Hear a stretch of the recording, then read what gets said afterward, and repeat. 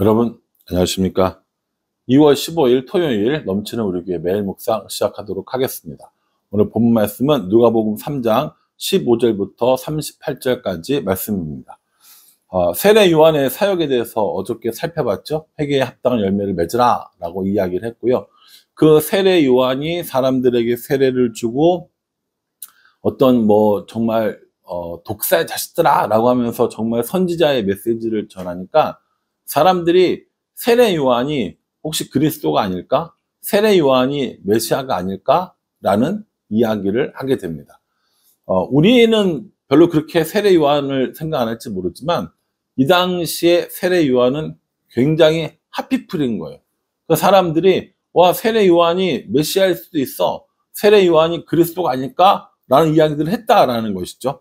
그러니까 뭐라고 이야기하냐면 16절에 요한이 모든 사람에게 대답하여 이르되 나는 물로 너희에게 세례를 베풀거니와 나보다 능력이 많으신 이가 오시나니 나는 그의 신발끈을 풀기도 감당하지 못하겠노라. 그는 성령과 불로 너희에게 세례를 베푸실 것이요 라고 이렇게 이야기를 하고 있습니다. 보통 사람들이 인기가 높아지면요, 많아지면 가장 먼저 하는 게 뭐냐면 내가 라는 말을 많이 쓴대요.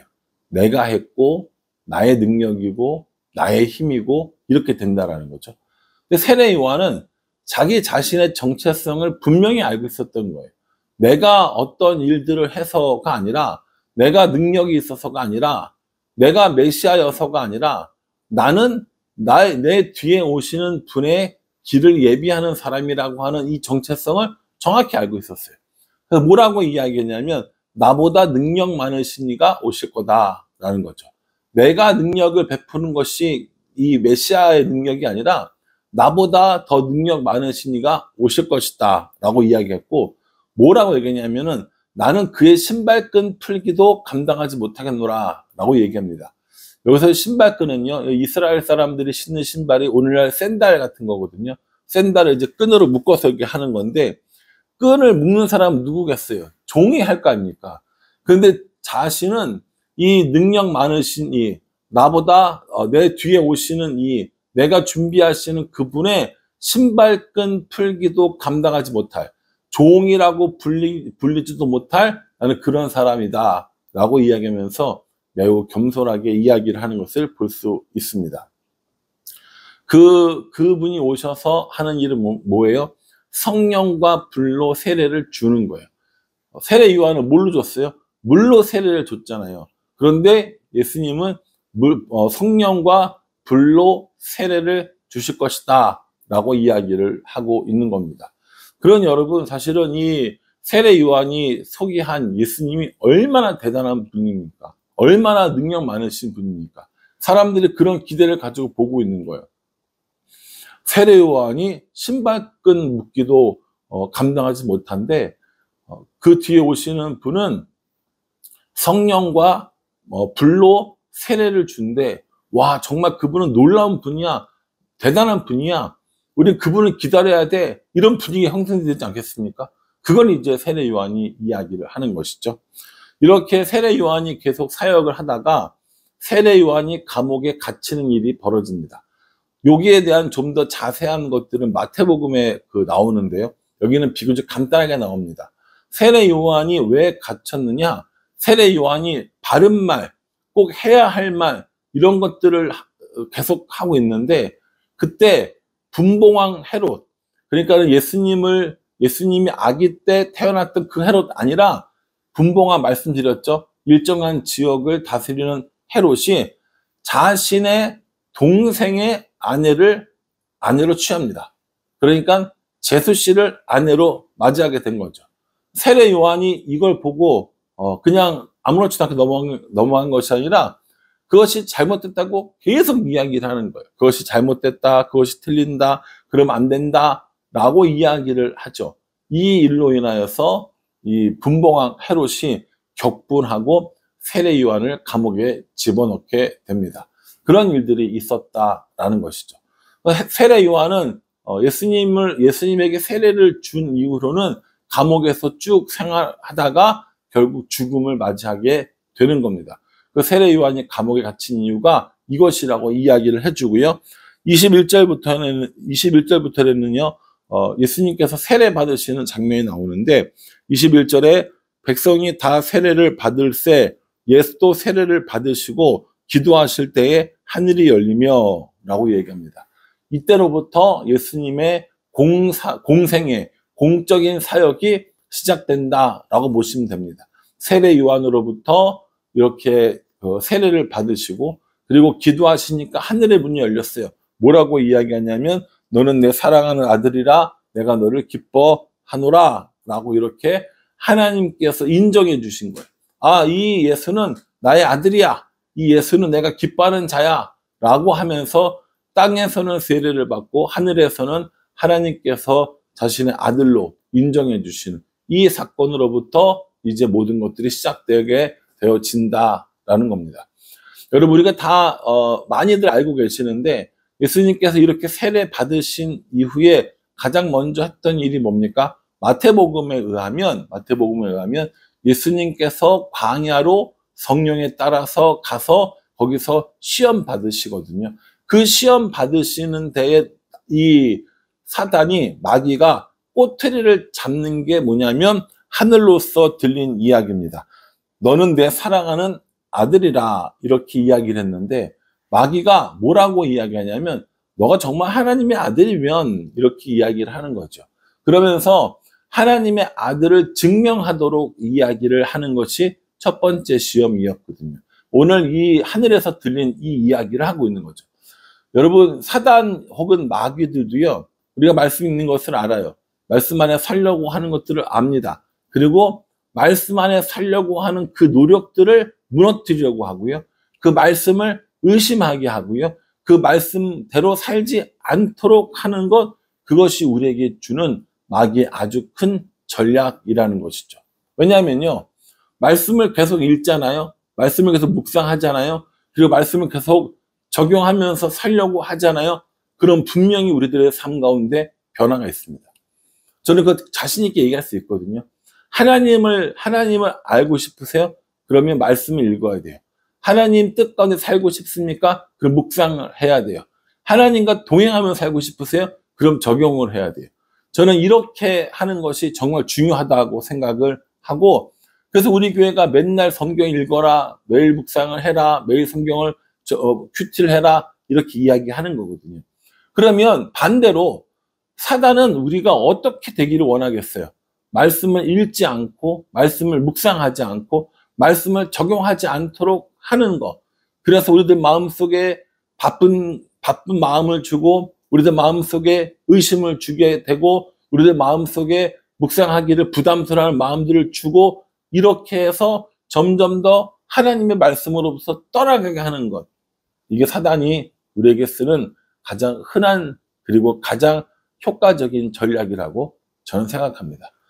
말씀을 읽지 않으면요, 하나님을 알 수 없어요. 말씀을 읽지 않으면 하나님과 동행하면서 살아가는 것들은 불가능합니다.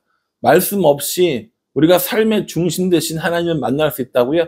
저는 그건 거짓말이라고 생각합니다. 그러니 여러분, 사단이 우리에게 말씀을 의심하게 하고 우리의 정체성을 흔들리게 하고 이러한 시도를 못하도록 하는 것, 그것이 말씀 안에 거하고 말씀에 순종하는 삶이다라는 사실을 꼭 기억해 주셨으면 좋겠습니다. 그렇게 예수님께서 세례 받으신 이야기까지 하고 이제 예수님의 족보에 대해서 이야기를 합니다. 예수님이 어떤 분인지 설명해 줄게 라고 하면서 이 마태복음과는 좀 다른 족보를 이야기하죠. 마태복음에서는요, 아브라함과 다윗의 자손이라고 하면서 아브라함으로부터 쭉 내려오는 족보를 이야기하는데요. 이 누가복음에서는 예수님으로 시작을 해서 쭉 올라가는 족보를 이야기를 합니다. 뭐 이게 올라가는 족보와 내려가는 족보의 뭐 신학적인 차이, 문학적인 차이 여러 가지가 많이 있지만 그런 것까지 다 이야기할 수는 없을 것 같고, 우리 수준에서 그걸 또 묵상한다는 것도 쉬운 일은 아닌 것 같고, 왜냐면 우리가 이스라엘의 이런 문화 풍습을 다 모르니까 그냥 텍스트만 가지고 그대로 묵상하자면요, 예수님으로부터 시작을 해서 예수님의 아버지인 요셉으로 올라가고요, 쭉 올라가서 어디까지 올라가냐면 38절 마지막에 보면요, 그 위는 에노스요, 그 위는 셋이요, 그 위는 아담이요, 그 위는 하나님이시라 라고 이렇게 이야기를 합니다. 아담의 자손이라는 것을 이야기하고 아담을 지으신 분이 하나님이다라는 것을 이야기하고 있는 것이죠. 저는 이것이 우리들의 믿음의 시작이라고 생각합니다. 제가 네팔에 가거나 일본에 가거나 어디 다른 데 가서 설교를 할 때 가장 즐겨하는 본문 말씀이 뭐냐면 창세기 1장 1절이에요. 창세기 1장 1절이 뭡니까? 태초에 하나님이 천지를 창조하시니라. 하나님이 천지를 창조했다라는 것을 믿지 않으면 나는 하나님 믿는 게 아무런 의미가 없어요. 하나님이 세상을 만드셨고 하나님이 나를 만드셨고 이게 믿어져야 하나님 믿는 게 의미가 있는 것이지, 하나님이 날 안 만들었어요. 하나님은 이스라엘의 신이에요. 하나님은 이스라엘 사람들이 섬기는 신에 불과해요. 근데 내가 뭐하러 믿습니까? 저도 안 믿을 것 같아요. 그러니까 창세기 1장 1절에 태초에 하나님이 천지를 창조하시니라, 혹은 오늘 누가복음 3장 38절에 나오는 이 말씀처럼 맨 꼭대기에, 우리들의 삶의 맨 꼭대기, 우리들의 삶의 기원이 하나님이라는 사실이 믿어져야, 이걸 믿을 수 있어야 우리가 진짜 신앙생활을 할 수 있다라는 것이죠. 저는 하나님이 우리를 만드셨고 하나님이 세상을 만드셨고 하나님이 우리들의 삶의 주인이라는 것을 인정하는 것으로부터 신앙생활이 시작된다라고 생각됩니다. 안 믿어지죠. 이게 어떻게 믿어지겠습니까? 안 믿어지기 때문에 예배도 드려보고 또 사람들과 교제도 해보고 성경 공부도 해보고 여러 가지를 쭉 해보고 언젠가 하나님께서 우리 마음속에 이게 믿어지는 은혜를 주시는 거예요. 저는 이게 은혜라고 생각하거든요. 내 생각으로는 도저히 이해가 안 돼요. 내 생각으로는 도저히 납득이 안 되는 거예요. 그런데 하나님께서 은혜를 주셔서 그것이 믿어지게 되는 그런 일들이 일어나게 된다라는 겁니다. 과학이 발달하면 발달할수록 이런 창조론에 대한 이야기가 더 작아질 거라고요? 아니요. 과학이 발달하면 발달할수록, 사람의 몸속 깊이 들어가면 들어갈수록, 더 넓은 우주를 향해 나가면 나갈수록 오히려 사람이 얼마나 무기력한지, 얼마나 사람이 작은 존재인지, 하나님이 창조하신 이 세계가 얼마나 넓고 아름다운지, 정교하고 복잡한지 배우고 깨달을 수 있다고 저는 생각합니다. 그래서 우리 아이들이 오늘 수련회 마치고 올라오거든요. 이번 기회에 하나님을 만나는데 어떤 하나님보다 창조주 하나님을 만났으면 좋겠어요. 아, 하나님 날 만들었구나. 진짜 하나님이 내 삶의 주인이구나. 이런 것들을 알았으면 좋겠어요. 오늘 이 본문을 묵상하는 여러분들도 전 똑같다고 생각합니다. 아, 예수님의 아버지가 요셉이네. 그리고 요셉의 아버지는 누구누구고 끝에는 하나님이 있네. 이걸로 끝나는 게 아니라 예수님의 족보를 쭉 타고 올라가면 하나님인 것처럼 나의 족보를 쭉 타고 올라가면 나는 누구라고 고백하겠는가? 이거 이야기하는 거예요.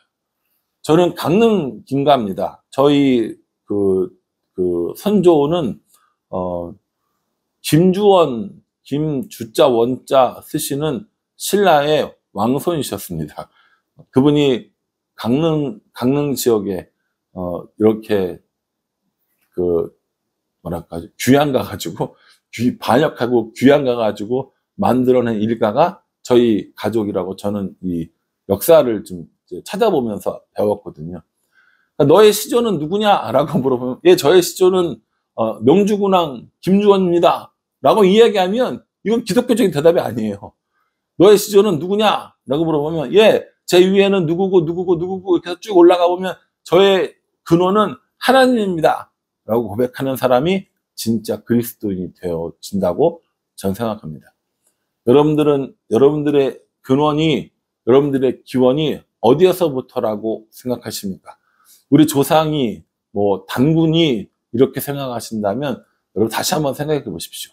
우리의 근원, 우리의 기원은 하나님으로부터 시작되어졌고, 그렇기 때문에 우리가 하나님을 믿고 하나님을 따르고 하나님이 보내주신 예수 그리스도를 만나야 하는 것입니다.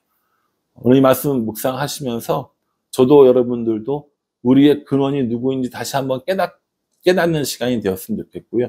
그 하나님과 교제하며 그 하나님과 동행하기 위해서 우리의 죄를 위해서 이 땅에 오신 예수 그리스도의 세례를, 세례 요한의 사역들을 묵상해 보면 좋겠다라는 생각을 해 봅니다.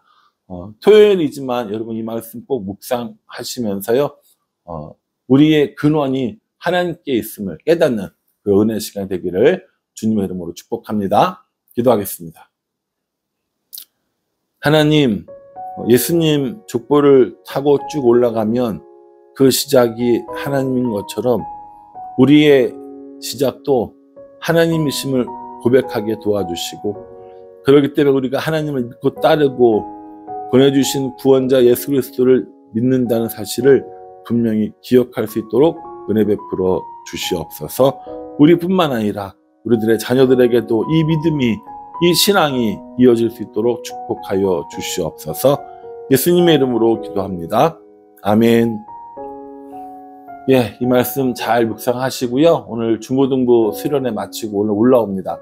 안전하게 올라오고 그 받은 바 은혜들을 떨어뜨리지 않도록, 집에 한 발짝 들어가는 순간에 그 은혜가 와장창 깨지는 일이 없도록 위해서, 우리 아이들 위해서 계속해서 기도해 주시기를 부탁을 드리겠습니다. 감사합니다.